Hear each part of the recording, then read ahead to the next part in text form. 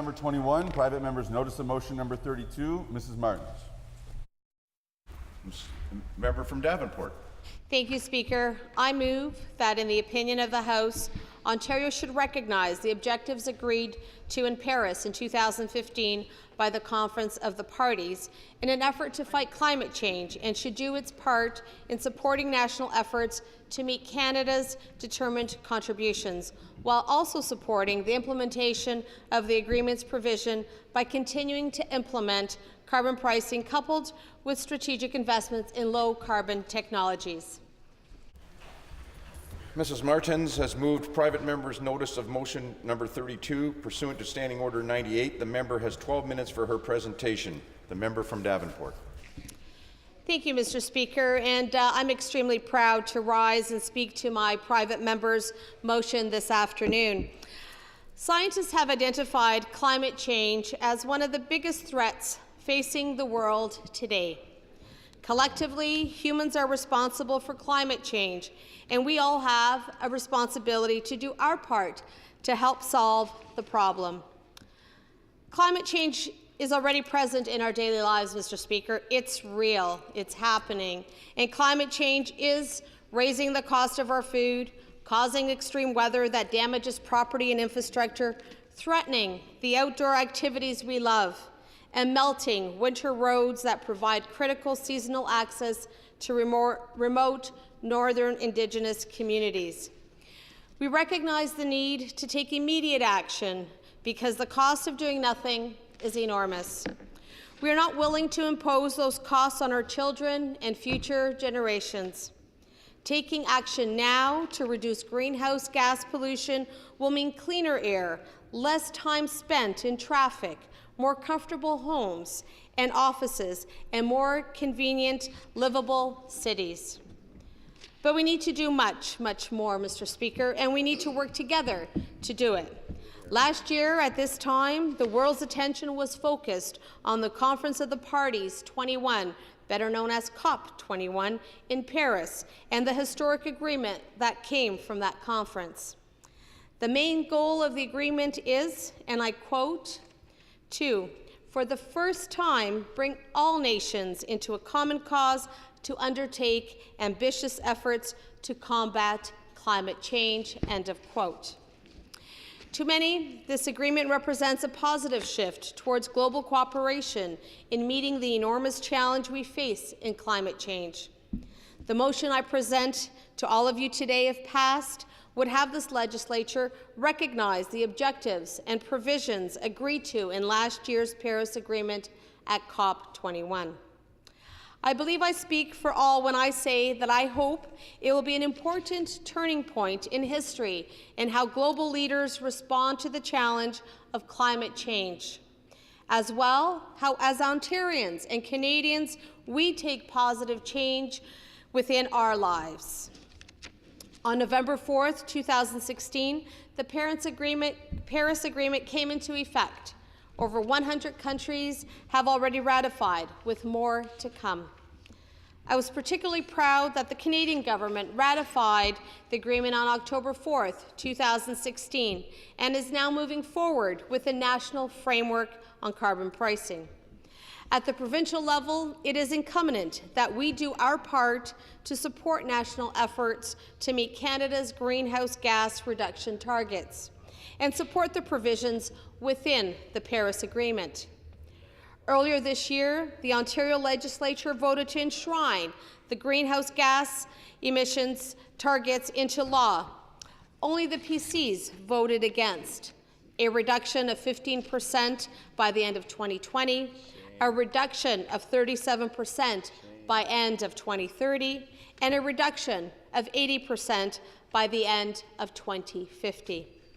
Meeting Ontario's targets, which are enshrined in law, will be vital in helping Canada meet its national targets.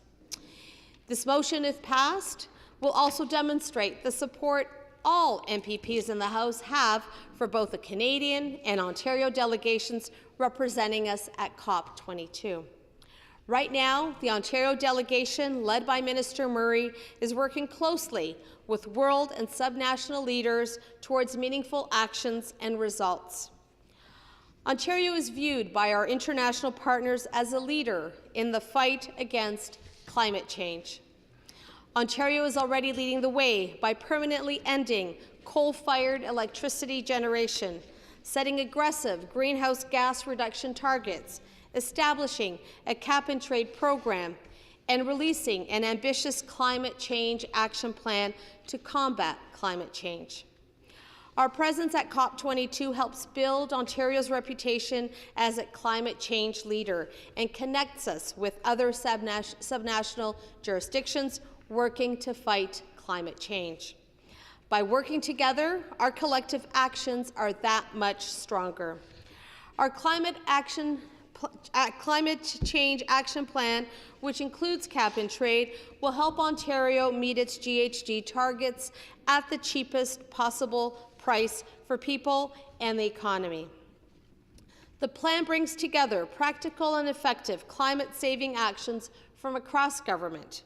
Whether you live in Northern or Southern Ontario, in a rural area or in a big city, the actions in this plan will help you reduce your emissions, use less energy, and save more money. It will also help us to support up to $8.3 billion in green projects that fight climate change, like public transit, electric vehicle incentives, and home energy retrofits. More specifically, our plan will help people and businesses reduce emissions, use less energy, and save money by providing rebates of up to $14,000 to make buying or leasing an electric vehicle more affordable. Support for buying and installing chargers for private home and business use. More public charging stations in cities, along highways, and in condos and workplace parking lots. Free overnight charging for your electric vehicle. And I have many cyclists in my riding of Davenport, so this plan would also allow for more bike lanes and better cycling infrastructure to make it easier to get around on two wheels. And it will also provide grants to lower the costs to homeowners of installing low-carbon technology like solar water heating system and other retrofits that will help improve home energy efficiency and save you money. Our plan will also establish a green bank that would help homeowners and businesses access and finance energy-efficient technologies to reduce greenhouse gas pollution from buildings, work in partnership with First Nation and Métis communities to address climate change, and offer better protection for rural and agricultural lands in rural areas from urban sprawl, which will benefit us all. Many of my constituents in the riding of Davenport see climate change as a critical issue facing the entire world. They want to make personal changes by switching to lower carbon technologies.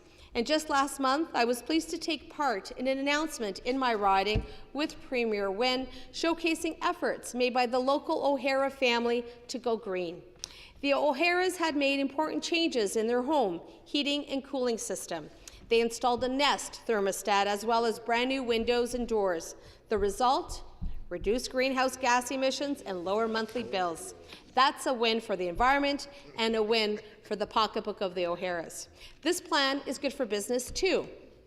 Our government is helping industries and manufacturers transform their operations and move off fossil fuels and peak electricity, while also creating good jobs in the clean tech sector and skilled trades.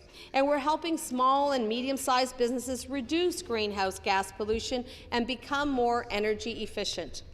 Fighting climate change while supporting economic growth is part of the province's plan to create jobs, grow our economy, and help people in their everyday lives.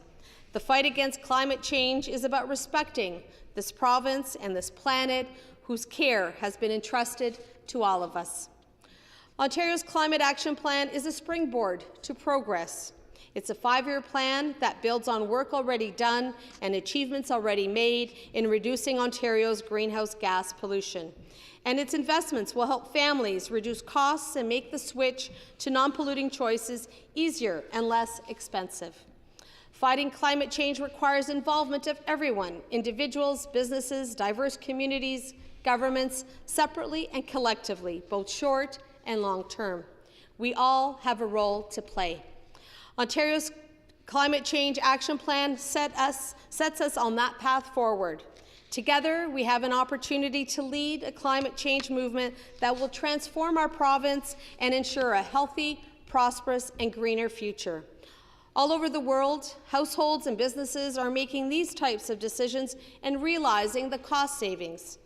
These are the types of investments we need to make across all sectors to ensure we are effectively and responsibly reducing greenhouse gas pollution. By moving ahead now, we can reduce pollution and move toward a low-carbon economy. In recognizing the 2015 Paris Agreement, the Ontario Legislature can send a strong symbol of cooperation and unwavering support on fighting climate change. I want to note that we have made great progress here in Ontario in the way we think about climate change, as well as our efforts to mitigate and adapt to its impacts. On this side of the House, we strongly believe that we are moving forward with a balanced approach that guarantees reductions in greenhouse gas emissions and also helps Ontario households and businesses make that transition successfully.